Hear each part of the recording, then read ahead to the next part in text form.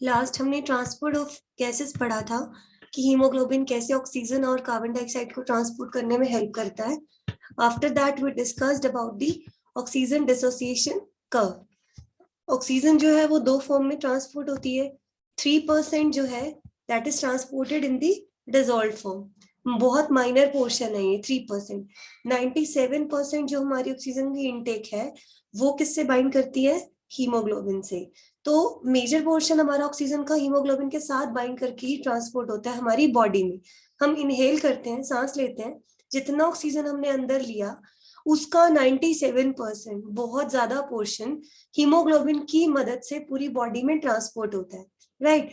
इस जो ट्रांसपोर्टेशन है इसको रिप्रेजेंट करने के लिए हीमोग्लोबिन की ऑक्सीजन के साथ बाइंडिंग को रिप्रेजेंट करने के लिए ग्राफ होता है, कर्व होता है.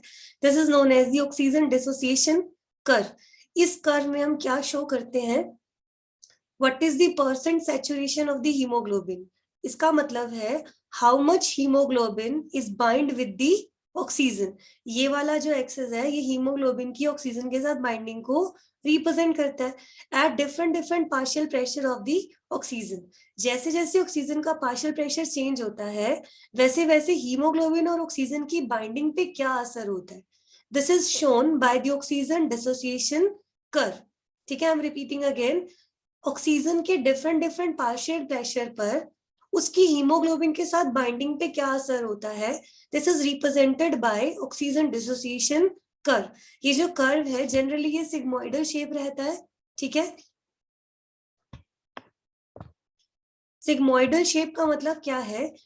अब इस से हम एक वैल्यू, वैसे तो बुक में ये वैल्यूज वगैरह रिप्रेजेंट नहीं की होती पर तुम्हें समझाने के लिए है कि देखो 20 पार्शियल प्रेशर था तो परसेंट सैचुरेशन है 30, मतलब 30% हीमोग्लोबिन ऑक्सीजन के साथ बाइंड कर गया. ठीक है, या हम कह सकते हैं 30% ऑक्सीजन हीमोग्लोबिन से बाइंड की हुई है. पार्शियल प्रेशर जब 40 हुआ तो 75% ऑक्सीजन बाइंड की हुई है. पार्शियल प्रेशर जब 95 हुआ तब 97% बाइंड की हुई है.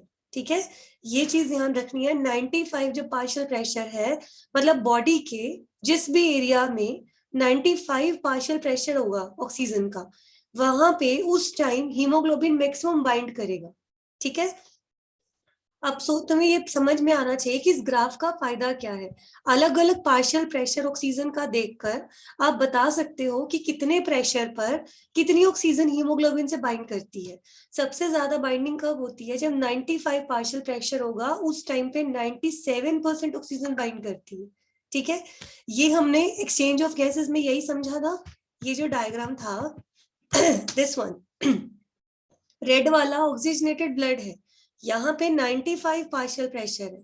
इसका मतलब इस एरिया में जहां पे 95 पार्शियल प्रेशर है यहाँ पे 97% oxygen is bound with the haemoglobin. ठीक है, जब पार्शियल प्रेशर 40 हुआ तब कितनी ऑक्सीजन बाइंड रह गई? Only 75% oxygen is bound with haemoglobin. और ये डाटा हमें कैसे पता लगा? ये हमें ग्राफ से पता लगता है. कितने पार्शियल प्रेशर पर कितना ऑक्सीजन हीमोग्लोबिन से बाइंड करता है ये हमें वो ऑक्सीजन डिसोसिएशन कर्व शो करता है. ठीक है, 95 था, 97% थी, अब इसने कुछ ऑक्सीजन टिश्यू को दे दी, अब कितनी रह गई? 75%. तो इसका मतलब आप ये नहीं कह सकते हो कि ये जो नीले रंग का जो ब्लड दिखता है डीऑक्सीजनेटेड इसके पास जीरो ऑक्सीजन है. नो, 40 mm पे भी लगभग 75% ऑक्सीजन बाइंड होती है. हम कहते हैं 100 ml of the blood can transport 19.8 ml of the oxygen. ठीक है, तो इसका 75% कितना होगा? यहाँ पे निकाल दो कितने ml ऑक्सीजन जाएगी. ऑलमोस्ट 14.8 ये आ जाएगा. ठीक है, यही सब उस ऑक्सीजन डिसोसिएशन कर्व से पता लगता है. ये इसका सिग्निफिकेंस है कि आप बता सकते हो कि कितने पार्शियल प्रेशर पर कितनी ऑक्सीजन बाइंड करती है. कौन कौन से फैक्टर्स हैं जो हीमोग्लोबिन और ऑक्सीजन की बाइंडिंग को फेवर करते हैं, कौन कौन से फैक्टर हैं जो ऑक्सीजन और हीमोग्लोबिन के टूटने को फेवर करते हैं. ये 3 फैक्टर्स हैं. ये इससे अच्छा तो इस ग्राफ से समझ लेना. ज्यादा high PCO2, high partial pressure of carbon dioxide, high temperature high hydrogen ion concentration, इसको छोड़ दो, ये एक इनहिबिटर है, ये हम यहाँ डिस्कस नहीं कर रहे हैं। ये तीन ध्यान रखना, जब कार्बन डाइऑक्साइड का पार्शियल प्रेशर बढ़ जाए, टेम्परेचर बढ़ जाए और पीएच घट जाए, या हाइड्रोजन आयन बढ़ जाए, या हम कहें पीएच डिक्रीज हो जाए, पीएच का मतलब एसिडिक हो जाए, एट दैट टाइम हीमोग्लोबिन और ऑक्सीजन जो है वो डिसोसिएट कर जाते हैं, मतलब एक दूसरे से अलग अलग हो जाते हैं, ग्राफ जो है वो राइट में शिफ्ट होता है। यही क्वेश्चन इसमें सबसे ज्यादा पूछते हैं कि what is the significance of oxygen haemoglobin कर। एक तो आपको सिग्निफिकेंस पूछ लेते हैं, आप सीधा कहोगे कि डिफरेंट डिफरेंट प्रेशर पर कितनी ऑक्सीजन हीमोग्लोबिन से बाइंड है, हम बता सकते हैं इस ग्राफ के जरिए, ठीक है। फिर पूछते हैं कि कौन से फैक्टर हैं जो इनको तोड़ने में मदद करते हैं, फेवर करते हैं। High partial pressure of oxygen, ठीक है, लो पीएच होना चाहिए, और temperature high hydrogen ion concentration होनी चाहिए, तभी तो पीएच लो होगा, ठीक है, टेम्परेचर हाई होना चाहिए। ये तीन फैक्टर तो इनको तोड़ते हैं, तो इसका मतलब ग्राफ जो है वो राइट साइड में शिफ्ट कर जाएगा, राइट। और इसके उल्टे जो फैक्टर्स होंगे वो इन दोनों की कंबाइन में हेल्प करते हैं। कौन से ऐसे फैक्टर्स हैं जो इनको कंबाइन होने में मदद करते हैं? लो PCO2, ठीक है, हाई पीएच, ठीक है, हाई पीएच हो गया, एंड देन लो टेम्परेचर। इस ग्राफ में ये दिखाया और मैं एक ग्रुप में शेयर कर दूंगी। इस तरह से ऑक्सीजन डिसोसिएशन कर्व के बारे में आपको पढ़ना है। नेक्स्ट हमने किया था control of the respiration. Respiration, अब रेस्पिरेशन को भी हम नो डाउट ये वॉलेंटरी तो नहीं है, हमारी बॉडी में दो प्रोसेसेस होते हैं, एक होते हैं वॉलेंटरी और एक होते हैं इनवॉलेंटरी। वॉलेंटरी का मतलब होता है which are according to our desire as well as need. मतलब वॉलेंटरी का सिंपल सा मतलब है एक नॉर्मल लैंग्वेज में, ऐसी प्रोसेसेस जिनको आप खुद कंट्रोल कर सकते हो, लाइक योर मूवमेंट, हाथ हिलाना या नहीं हिलाना है आपके कंट्रोल में है, एक जगह से चल के दूसरी जगह पे चल के जाना है कि नहीं, लोकोमोशन मूवमेंट आपके कंट्रोल में है, ठीक है, गर्दन हिलानी है या नहीं हिलानी है हमारे कंट्रोल में है, ठीक है। कुछ ऐसे हैं जो हमारे कंट्रोल में नहीं है, दिल का धड़कना क्या आपके कंट्रोल में है? नहीं है। आप चाहो कि 2 मिनट के लिए आपका जो हार्ट है वो बीट करना रुक जाए, क्या आप ऐसा कर सकते हो? Never ever. तो कुछ प्रोसेसेस ऐसे हैं जो हमारे कंट्रोल में नहीं होते, they those are known as the involuntary. Voluntary जो हमारे कंट्रोल में होते हैं। ये जो रेस्पिरेशन है ना, वैसे तो ये भी इनवॉलेंटरी है, बॉडी के अकॉर्डिंग, नीड के अकॉर्डिंग अपने आप ये बॉडी इसको एडजस्ट कर लेती है, फिर भी हम जब इसको फील करते हैं तो हम कहते हैं वॉलेंटरी है। कुछ बहुत माइनर लेवल पर ये वॉलेंटरी है, आप 1-2 सेकंड के लिए धक्के से अपनी सांस को रोक सकते हो, या धक्के से बहुत ज्यादा तेज कर सकते हो, इससे ज्यादा नहीं, बहुत लंबे टाइम तक आप ये काम नहीं कर सकते। तो कुल मिला के जो रेस्पिरेशन का कंट्रोल है वो भी इनवॉलेंटरी ही है, मतलब ये हमारे कंट्रोल में नहीं रहता, बॉडी अपनी नीड के हिसाब से एडजस्ट करती है, कब आपको तेजी से सांस लेनी है, कब धीरे लेनी है, बॉडी उसके हिसाब से उसको कंट्रोल कर लेती है। दो सॉरी दो जगह पे आपका मेन रेस्पिरेशन कंट्रोल रहता है, एक तो है नर्वस सिस्टम, दूसरा था हमारा कीमो रिसेप्टर। पहले इस डायग्राम में देखो जो हम पहले डिस्कस कर चुके हैं, एक तो हमने किया था कि हमारा जो नर्वस सिस्टम होता है, जैसे हमारा ब्रेन है हमारी बॉडी का कंट्रोल सेंटर है, हाँ सारी एक्टिविटीज को ब्रेन कंट्रोल करता है, ऐसे ही रेस्पिरेशन को भी कंट्रोल करेगा। एक तो नर्वस सिस्टम रेस्पिरेशन को कंट्रोल करता है, एक हमारी बॉडी में कुछ कीमो रिसेप्टर्स भी होते हैं। Chemo receptors as the name indicate, chemo मतलब केमिकल्स, रिसेप्टर्स मतलब जो उनको रिसीव करते हैं। इसमें हमने 2 नाम बताए थे, कैरोटिड बॉडीज और मैंने बताया था एक ऑर्टिक बॉडीज। ये दोनों CO2 कंसंट्रेशन और H आयन कंसंट्रेशन इसके लिए बहुत ज्यादा सेंसिटिव है। ये 2 बॉडीज हैं, carotid bodies and aortic bodies, they are very much sensitive to the carbon dioxide concentration and hydrogen ion concentration. In chemicals के लिए बहुत sensitive है, that is why they are known as the chemoreceptors. Nervous system आपका brain में 2 हिस्से हैं जो respiration को control करते हैं, one is medulla and another is पोन्स वेरोलाई, ये हम ऑलरेडी डिस्कस कर चुके हैं।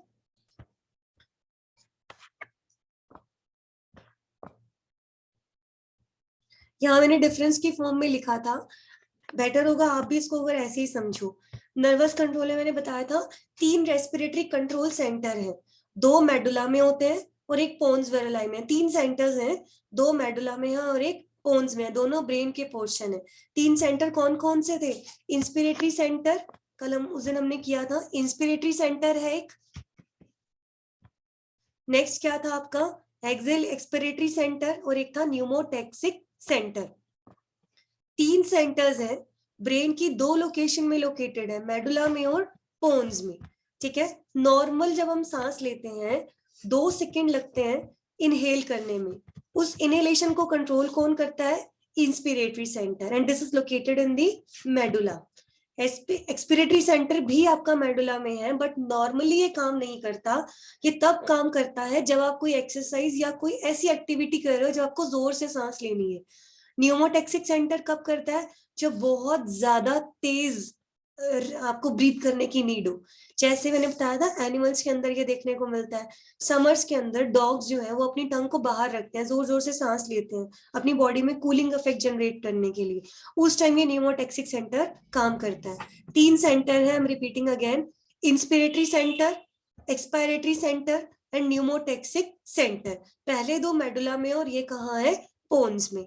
ठीक है, ये पोन्स और मेडुला क्या है? ये आपके ब्रेन के 2 पोर्शन है बेटा, हमने कल एनिमेशन में भी उस दिन देखा था। This is the pons and this is the medulla. ये 2 हैं जो आपके रेस्पिरेटरी कंट्रोल में बहुत ज्यादा हेल्प करते हैं। ठीक है, डायरेक्ट सिग्नल देते हैं ये लंग्स को और हार्ट को, ताकि ऑक्सीजन और कार्बन डाइऑक्साइड की जो सप्लाई है उसको कंट्रोल किया जा सके। ठीक है, ऐसे ये कीमोटैक्सिक सेंटर में मैंने बताया था, नाम याद रख लेना, carotid bodies and otic bodies, और ये दोनों किसको सेंसिटिव है? कार्बन डाइऑक्साइड के लिए और हाइड्रोजन आयन कॉन्सेंट्रेशन के लिए बहुत ज्यादा सेंसिटिव है। ये जो कीमोटैक्सिक सेंटर है ना, मेडुला के बिल्कुल पास होता है, इसलिए ये जब हम फ्लो चार्ट बनाते हैं तो उनको बिल्कुल साथ में दिखाते हैं, पोन्स इससे थोड़ा दूर रहता है। नेक्स्ट टॉपिक है, अब ये हम फ्रेश स्टार्ट करने वाले हैं, रेस्पिरेटरी वॉल्यूम्स। अब तक तुमने जो भी पढ़ा है एक बार मैं बाद कल सारा रिवाइज कराऊंगी। ठीक है, रेस्पिरेटरी वॉल्यूम्स का मतलब होता है बेटा हमारी सांस लेने की कैपेसिटी है, कितनी एयर आप, अब हम वॉल्यूम के तो, उसमें इसको मेजर करेंगे। मैं आपको इसमें दिखाती हूँ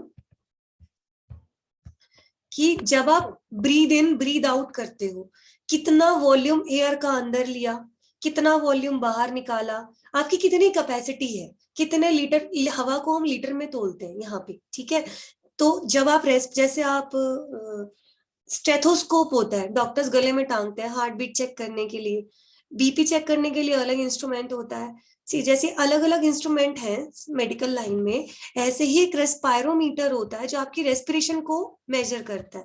पहले इस एनिमेशन में थोड़ा सा देखो फिर मैं समझाती हूँ। अब हमें करना क्या है, कुछ डेफिनेशंस करनी है हमें अबाउट रेस्पिरेटरी कैपेसिटीज, कि भाई हमारी बॉडी की रेस्पिरेटरी कैपेसिटी कितनी है, कितना वॉल्यूम इनटेक कर रहे हो, कितना वॉल्यूम आप रिलीज कर रहे हो। जब आप नॉर्मल सांस लेते हो तो आप कितना वॉल्यूम एयर का लेते हो, जब आप बहुत फोर्सफुली सांस लेते हो तब कितना वॉल्यूम जाता है। तो इस तरह से कुछ कुछ डेफिनेशंस है, पहले यहाँ इसमें एनिमेशन में देखना। This process is called cellular respiration. अभी आएगा बेटा। Thus, respiration takes place in humans. ये पढ़ चुके हो, ब्रीदिंग कैसे करते हो, वो जो फ्रेनिक मसल्स थे, डायफ्राम थी, वो मदद करती है, फेफड़े, रिब केज बढ़ता है, वॉल्यूम बढ़ता है, ध्यान है। फिर हमने वो एक्सटर्नल इंटरनल रेस्पिरेशन पढ़ा था, पार्शियल प्रेशर वाला, ऑक्सीजन कैसे एल्वेलाई से ब्लड में आती है, ब्लड से टिश्यू में जाती है। फिर हमने ट्रांसपोर्ट पढ़ा था, हीमोग्लोबिन कैसे ट्रांसपोर्ट करने में उसको हेल्प करता है। We have seen how we breathe. But can we measure how much we can breathe? An average lung can hold about 6 liters of air, of which only a small amount is used during normal breathing. ये समझ में आया? अब अभी तक तो अभी तक हमने ये पढ़ा कि हमारा काम, लंग्स काम कैसे कर रहे हैं, कैसे हमारा रिब केज ऊपर की ओर उठता है, कैसे हमारी डायफ्राम नीचे जाती है, वॉल्यूम बढ़ता है। अब ये कह रहे हैं कि हम कितनी एयर अंदर ले रहे हैं, कितनी एयर रिलीज कर रहे हैं, ये हमने पढ़ना है। This is known as the respiratory volume. हम जब सांस लेते हैं तो हमारे जो फेफड़े हैं वो बलून की तरह फूलते हैं। तो ये बोल रहे हैं कि लंग्स जो है 6 लीटर्स ऑफ एयर को अपने अंदर रख सकते हैं, ले सकते हैं, लेकिन उसका बहुत कम पोर्शन हम यूज करते हैं। सुनना इसको ध्यान से दोबारा। Lung can hold about 6 liters of air, of which only a small amount is used during normal breathing. The volume of gas contained within the lungs is called respiratory volumes.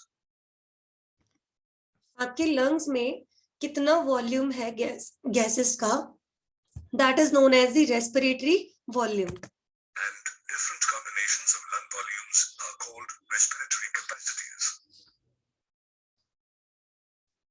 The volume of air inspired and expired by the lungs can be estimated by using a procedure called spirometry.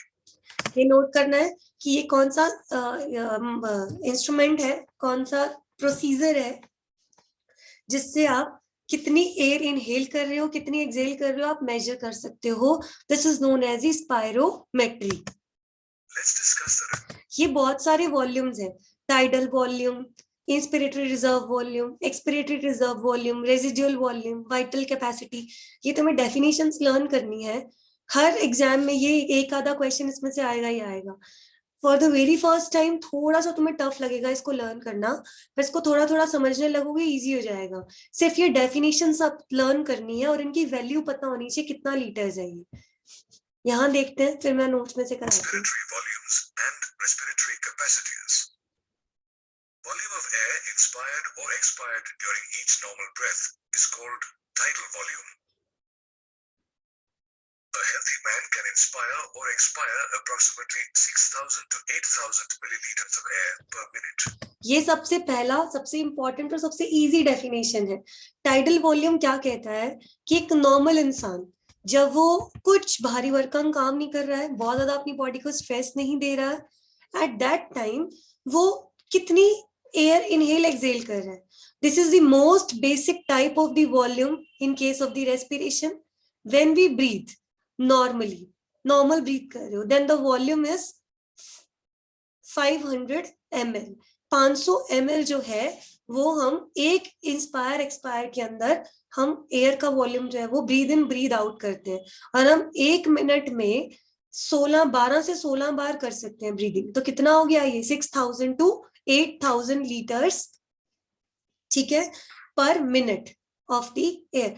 इतनी air 1 minute में, normal इंसान खड़ा है, कुछ भाग दौड़ नहीं कर रहा, कोई एक्स्ट्रा काम नहीं कर रहा, नॉर्मल सांस ले रहा है जो हमें पता भी नहीं चलती कि हम ले रहे हैं, ठीक है, उसमें वो कितनी लेता है 1 मिनट के अंदर, 6,000 to 8,000 litre of the air. यही इन्होंने बताया। पर ब्रीद होती है 500,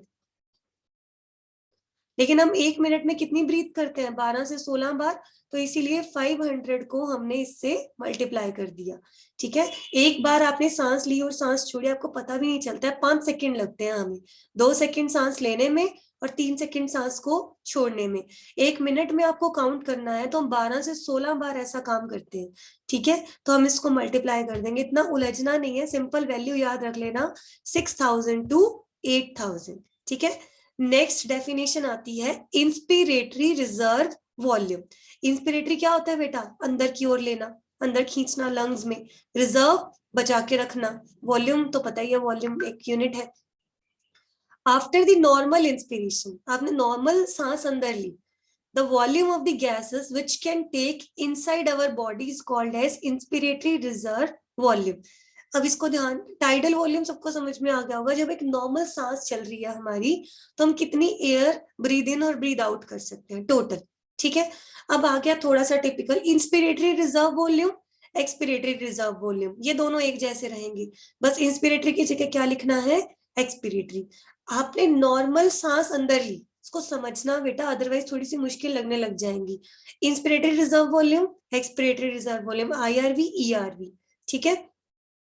नॉर्मल इनहेल किया, उसके बाद कि आपकी और कितनी कैपेसिटी है अंदर लेने की, after normal inhalation the volume of the air which can take inside our body, normal के बाद भी हम कितना अंदर और ले सकते हैं, this is the IRV. इसका उल्टा क्या होगा, after normal expiration the volume of the air which can B expelled out of the body, that is the ERV. ये तो नॉर्मल सांस लेना और सांस छोड़ना था, ठीक है. ये है नॉर्मल सांस अंदर लेने के बाद कितनी एयर और अंदर ले सकते हो, और ये नॉर्मल सांस छोड़ने के बाद कितनी सांस और बाहर छोड़ सकते हो. ये दोनों एक जैसे हैं, ठीक है.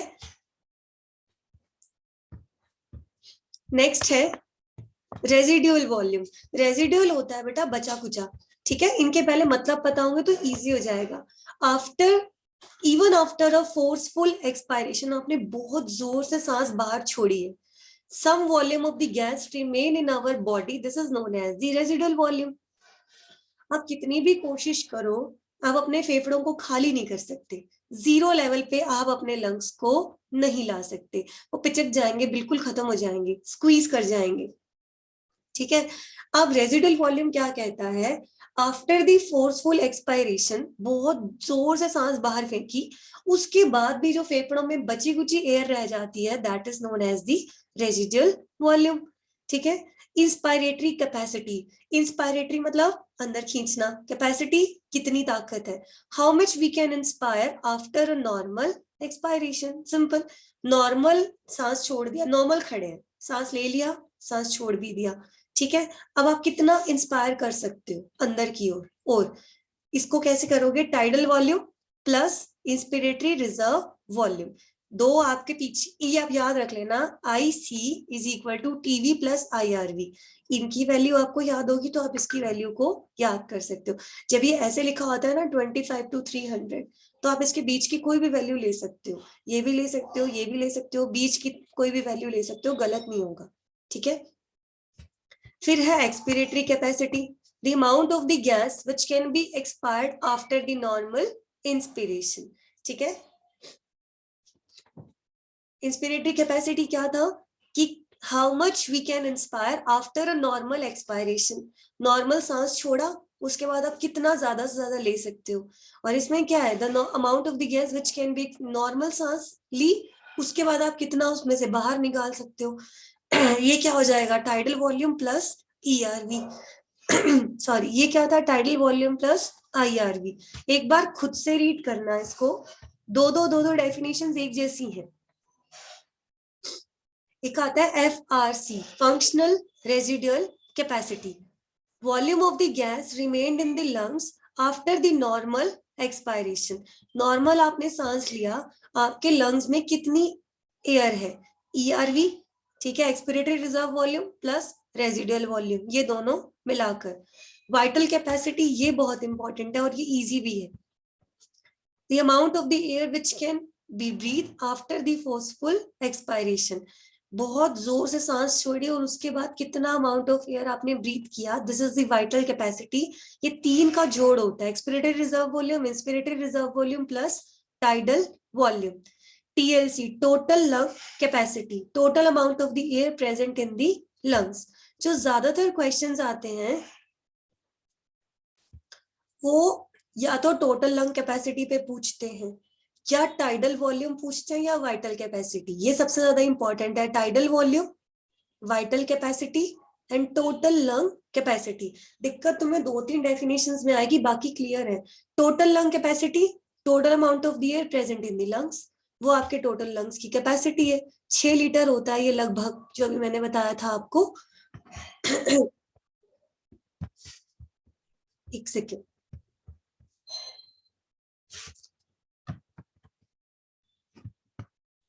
आपके ये 9 डेफिनेशंस हैं, टाइडल वॉल्यूम, IRV, ERV, ठीक है. उसके बाद रेजिडुअल वॉल्यूम, फिर inspiratory capacity, expiratory capacity, functional residual capacity, vital capacity and total lung capacity. Vital का टाइडल वॉल्यूम सिंपल है, नॉर्मल एक इंसान खड़ा है, कुछ ऐसा वैसा काम नहीं कर रहा जिसमें जोर लग रहा हो, ठीक है. नॉर्मल सांस ले रहा है और सांस छोड़ रहा है, this is the tidal volume, ठीक है. Inspiratory reserve volume, normal inspire किया, नॉर्मल सांस ली, उसके बाद और कितनी ले सकता है, this is the inspiratory reserve volume. Normal सांस छोड़ी, उसके बाद वो कितनी सांस और छोड़ सकता है, that is the expiratory reserve volume. आपने बहुत तेज से सांस ले लिया, जितनी तेज आप ले सकते थे, और छोड़ भी दिया, फिर भी आपके लंग्स में कभी भी वैल्यू 0 नहीं होती, उसके बावजूद भी कुछ ना कुछ अंदर बचता है, that is the residual volume. ठीक है, inspiratory capacity, expiratory capacity. Normal सांस छोड़ने के बाद आप कितनी सांस अंदर ले सकते हो, इंस्पिरेटरी कैपेसिटी। ऐसे ही अंदर लेने के बाद कितनी आप छोड़ सकते हो सांस, दैट इज एक्सपिरेटरी कैपेसिटी। खुद से इसको ठंडे दिमाग से पढ़ के देखना, सब में रिलेशन तुम्हें मिलेगा। Total lung capacity very easy, total amount of the air present in the lungs. इस तरह से ये लर्न कर लेना, एक ट्रिक है इनको लर्न करने की, ये 4 याद हो जाए अगर, टीवी, आईआरवी, ईआरवी और आरवी, इन 4 की वैल्यूज अगर तुम्हें याद हो जाए। टाइडल वॉल्यूम क्या था आपका, नॉर्मल एक इंसान खड़ा है, कोई एक्स्ट्रा काम नहीं कर रहा, उस टाइम पे कितनी सांस अंदर ले रहा है, कितनी सांस छोड़ रहा है, this is the tidal volume. ठीक है, बहुत तेजी से सांस ली, तेजी से सांस छोड़ दी, लंग्स में जो अमाउंट बच गई, that is the residual volume. Inspiratory reserve volume, expiratory reserve volume की एक्सपायर करने के बाद जो उसके अंदर रिजर्व बच गया, दैट इज द इंस्पिरेटरी, और एक्सपिरेशन के बाद जो रिजर्व बच जाता है, that is the expiratory reserve volume. इनको कैसे कैसे जोड़ के बनाना, ये ट्रिक्स है, यहां से देख के आप कर सकते हो। इनमें ये कॉमन है, टाइडल वॉल्यूम इनमें इन्वॉल्व रहेगा। ठीक है, वाइटल कैपेसिटी जो होती है वो एथलीट में हमेशा नॉर्मल पर्सन से ज्यादा होगी, मैन व वुमेन से ज्यादा होती है। वाइटल कैपेसिटी हमेशा मैन की वुमेन से ज्यादा है, और जो लोग गेम्स में पार्टिसिपेट करते हैं उनकी एक नॉर्मल मैन से ज्यादा रहती है। ये डेफिनेशन एनसीईआरटी में नहीं है, लेकिन ये नीट के लिए, कॉम्पिटिटिव एग्जाम के लिए बहुत जरूरी है, बहुत बार पूछते हैं ये। मैं फिर से रिपीट कर रही हूँ, tidal volume, total lung capacity and vital capacity, ये तीनों बहुत इंपॉर्टेंट है। उसके बाद है anatomical dead space, the air that is entrapped in our respiratory pathway even after our death। Anatomical dead space कि एक इंसान के मरने के बाद हमारे फेफड़े काम करना बंद कर देते हैं, सांस लेना बंद कर देते हैं, हमारे अंदर जो पाथवे है, हमारा जो ट्रैकिया है, ब्रोंकियाए हैं, ब्रोंकाई है, आगे ब्रोंक्यूल्स है, एल्विलाई है, हमारे पाथवे में कुछ एयर बचती है हमारे मरने के बाद भी, that is known as the anatomical dead space, और ये होता है 150 ml। ऑलमोस्ट हर पर्सन में इतनी रह जाती है, that is 150 ml। Next topic है कि रेस्पिरेटरी डिसऑर्डर्स क्या होते हैं। जैसे दिल की बीमारियां हो जाती है, किडनीज में प्रॉब्लम हो जाती है, लीवर में प्रॉब्लम है, ऐसे ही लंग्स में भी प्रॉब्लम हो जाती है, ब्रीदिंग प्रॉब्लम होती है। Nowadays this is very common, pollution की वजह से, स्मोकिंग की वजह से ये सब प्रॉब्लम्स आती है। तो there are certain conditions which affect our respiratory system. ठीक है, एक हो सकता है इन्फेक्शियस डिसीजेज है, किसी इन्फेक्शियस डिसीजेज का मतलब है कि किसी बैक्टीरिया ने, वायरस ने, फंगस ने आपके रेस्पिरेटरी सिस्टम को अटैक किया। कोविड-19 जो है, जो अब ओमिक्रॉन है, कोविड है, वो भी एक तरह का निमोनिया है, इसमें वायरस हमारे लंग्स पे अटैक कर जाता है।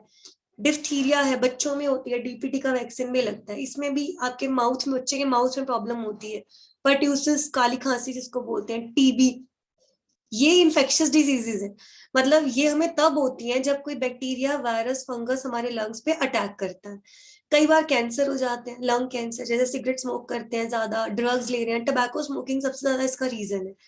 एक होते हैं ऑब्स्ट्रक्टिव रेस्पिरेटरी डिसऑर्डर्स, जब किसी और वजह से हमारी बॉडी में रुकावट आती है सांस लेने में। ऑब्स्ट्रक्टिव का मतलब होता है रुकावट।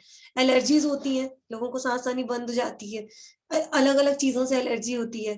ब्रोंकाइटिस, बायो में, मेडिकल लाइन में एक चीज ध्यान रखना, जिस भी बीमारी के पीछे ITIS लिखा होता है उसका मतलब होता है इन्फ्लामेशन। ठीक है, inflammation of the bronchitis, bronchus is known as the bronchitis. जिस भी बीमारी के पीछे ITIS लिखा होगा उसका मतलब होता है इन्फ्लामेशन। इन्फ्लामेशन होती है सूजन। इम्फाइसीमा, इसमें भी आपकी बॉडी में ऑक्सीजन की डेफिशिएंसी रहती है। कुल मिला के हमारे रेस्पिरेटरी डिसऑर्डर्स कई सारे होते हैं जिसमें एक ही पंगा होगा, क्या होगा, लंग्स जो है प्रॉपरली सांस नहीं ले पाएंगे, हमें सांस की दिक्कत होगी। रीजन अलग अलग हो सकते हैं, हो सकता है किसी पैथोजन ने इन्फेक्ट किया हो सकता है कैंसर हो गया है, हो सकता है कि कोई एलर्जी, ब्रोंकाइटिस, एम्फाइसीमा। ये जो एम्फाइसीमा है बेटा, ये जेनेटिक डिसऑर्डर है, ये जन्म से होता है।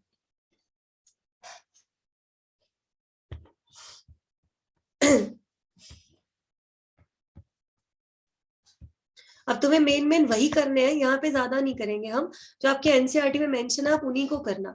एलर्जीज का मतलब होता है hyper sensitivity of a person to an allergen. Allergy कोई एक बीमारी नहीं होती वैसे तो, ठीक है, एलर्जीज का बहुत सक्सेसफुल इलाज भी नहीं है। एलर्जी का सिर्फ एक ही इलाज है अवॉइड करो, प्रिकॉशंस लो। आपको पता चल गया किसी चीज से आपको एलर्जी है तो आपको उससे दूर रहना, दैट्स इट, ठीक है। अब किसी को डस्ट से एलर्जी होती है, पॉलन ग्रेन से एलर्जी है, लेड, किसी के खाने में लेड होता है उससे होती है, कोई पर्टिकुलर फूड आइटम से, सरसों से कई बार लोगों को एलर्जी है, राइस से एलर्जी है, कॉस्मेटिक्स की किसी ना किसी चीज से एलर्जी हो जाती है, तो ये एलर्जन है। एलर्जी के सिम्टम्स क्या होते हैं? जब भी बॉडी में एलर्जी होती है तो हमें इचिंग होती है, इन्फ्लामेशन होती है, सूजन आ जाती है, और हमारा जो सांस लेना है वो मुश्किल हो जाता है, ठीक है। सिम एलर्जी को के स्टेप को दो तरह से हम लिखते हैं। सबसे पहले हम लिखेंगे स्टिमुलेशन बाय एन एलर्जन। हमें नहीं पता हमें किसी चीज से एलर्जी है, पहली बार कोई एलर्जन हमारी बॉडी में एंटर किया, ठीक है, हमारी बॉडी को पता चल गया कि फॉरेन पार्टिकल आया, हमारी बॉडी का इम्यून सिस्टम उसके अगेंस्ट एंटीबॉडी बनाएगा, ठीक है।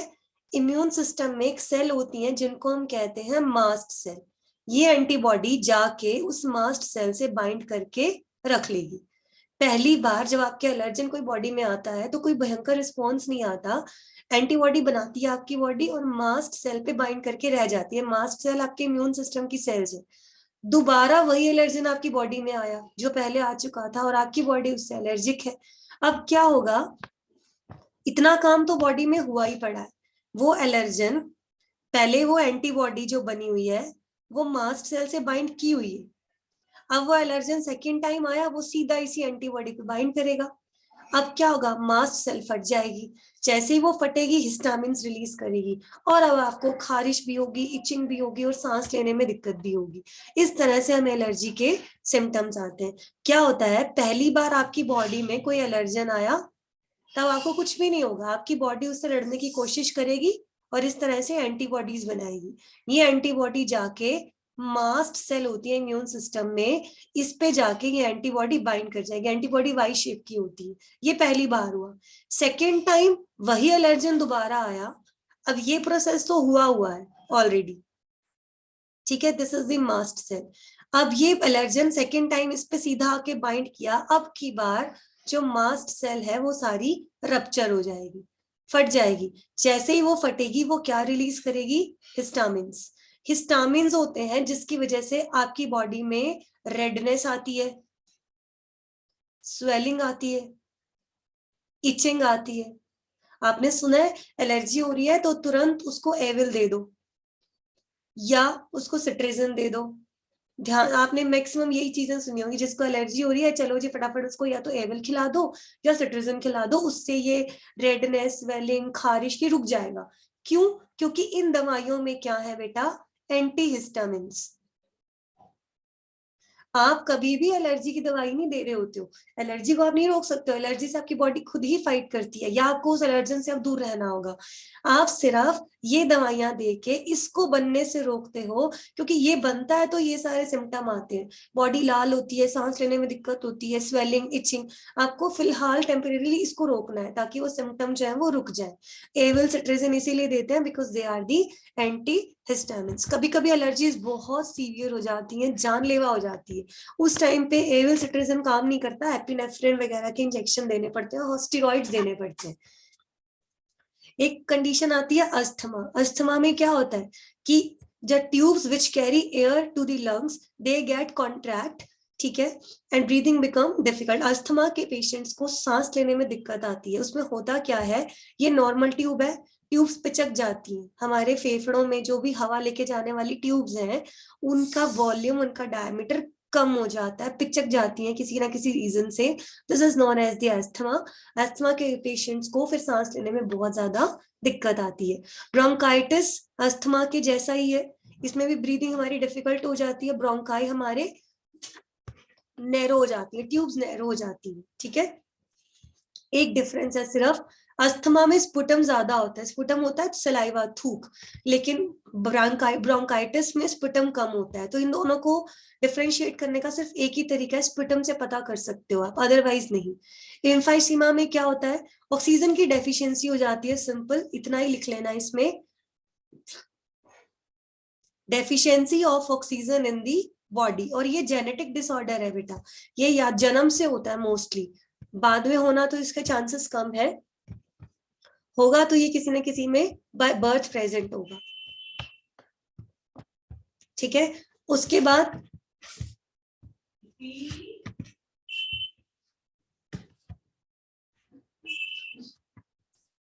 हाइपोक्सिया, ऑक्सीजन की जो डेफिशिएंसी होती है उसी को ही हम हाइपोक्सिया कहते हैं। एक डिसऑर्डर होते हैं ऑक्यूपेशनल रेस्पिरेटरी डिसऑर्डर, लेक्चर खत्म होने वाला है, मैं एक बार कल ये फिर से रिपीट करूंगी। ऑक्यूपेशनल रेस्पिरेटरी डिसऑर्डर का मतलब है, ऑक्यूपेशन समझते हो, कोई ना कोई काम, बिजनेस, ठीक है उसकी वजह से अगर कोई रेस्पिरेटरी प्रॉब्लम हो जाती है, जैसे कोई लोग बहुत टाइम तक सिलिका के साथ काम कर रहे हैं, कोई पत्थर तोड़ने का, ग्राइंडिंग का काम करते हैं, ऐसी जगहों पे लोगों के क्या होता है, फेफड़ों में दिक्कत होनी शुरू हो जाती है, ठीक है। तो उसको हम क्या कहते हैं, occupational respiratory disorder. Long exposure to this silica, stone grinding etcetera causes inflammation, inflammation का मतलब होता है सूजन, ठीक है, and this causes fibrosis, proliferation of the fibrous tissues and lungs get damage। Simple दे पढ़ना है इसको, सिलिका, स्टोन ग्राइंडिंग, अगर कोई काम ऐसा लंबे समय तक कोई इंसान करता है तो उसके